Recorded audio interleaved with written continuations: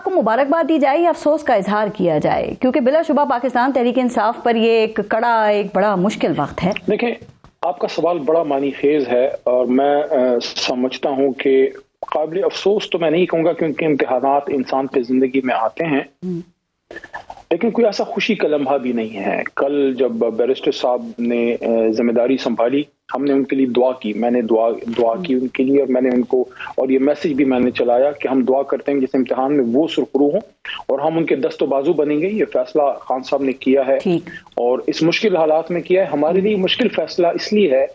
इसको एक्सेप्ट करना, क्योंकि इमरान खान साहब सिर्फ इस जमात के चेयरमैन नहीं, बानी चेयरमैन है और वो हमारे लीडर भी हैं और इस मुल्क के बड़े लीडर हैं। तो ये फैसला उन्होंने, मैं समझता हूँ कि बड़ा एक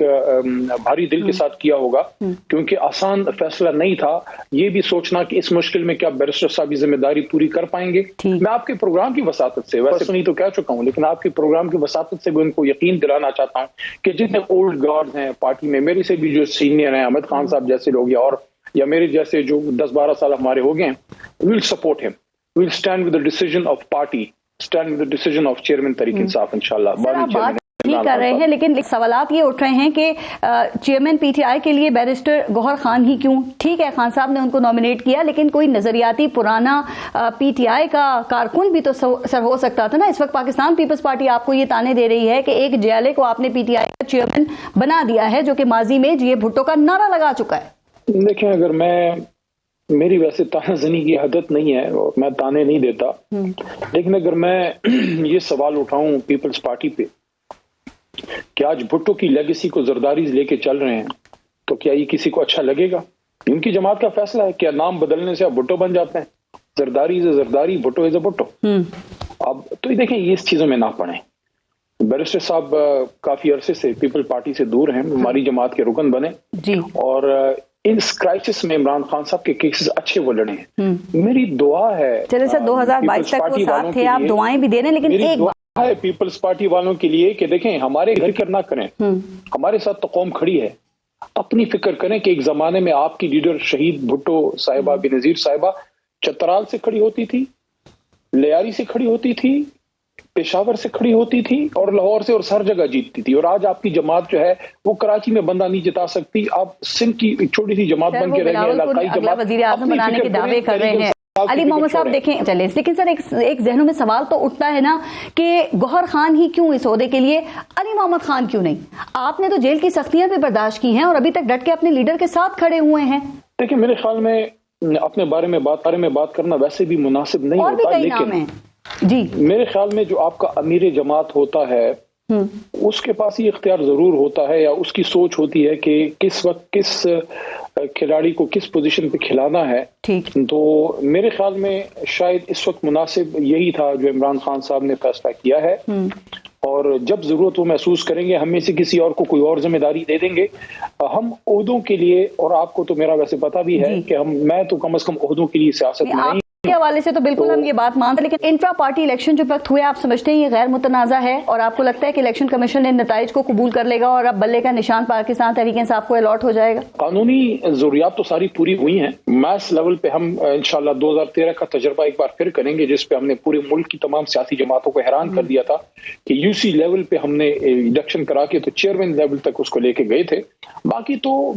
इन हालात में ये एक मुनासिब फैसला था। जो नून लीग है, पीपल पार्टी है और जमीयत उलमा इस्लाम, ये बड़ी जमातें हैं, एनपी देख रहे हैं, उनका तो साल से ये सिलसिले चल रहे हैं सर, लेकिन तो उनको तनकीद का कोई हक नहीं, जरूरत सर, मैं इलेक्शन कमीशन की बात कर रही हूँ। देखें, कहा जाता है ना कि वो पुरानी जो पश्तो और पंजाबी फिल्में हुआ करती थी उसमें एंड वक्त पे वो विलन आ जाता था और फिर वो बारात जो है वो उल्टा उसको कर देता था। तो ऐसे ही अकबर एस बाबर भी दोबारा नमूदार नहीं हुए। अब वो कह रहे हैं कि ये जो आपके इलेक्शन है इंट्रा पार्टी के, ये नाटक हैं, ये सिर्फ खाना पूरी की गई है। तो आप नहीं समझते कि वो आप लोगों के रास्ते की रुकावट बन सकते हैं और इलेक्शन कमीशन को तो फिर एक मजबूत चीज उनके सामने आ जाएगी ना? देखें, बाबर साहब के हवाले से मैं कोई गहरी भी बात तो नहीं करूंगा, सख्त बात भी नहीं करना चाहता। ये जरूर कहूंगा कि उन्होंने जो अपना एक नजरियाती स्टैंस लेने की कोशिश की थी 8-6 सालों पहले, उसको उन्होंने हर्ट किया है। उसकी वजह यह है कि अगर वो इस जमात से और उसके कारकुन से मुखलिस थे या हैं,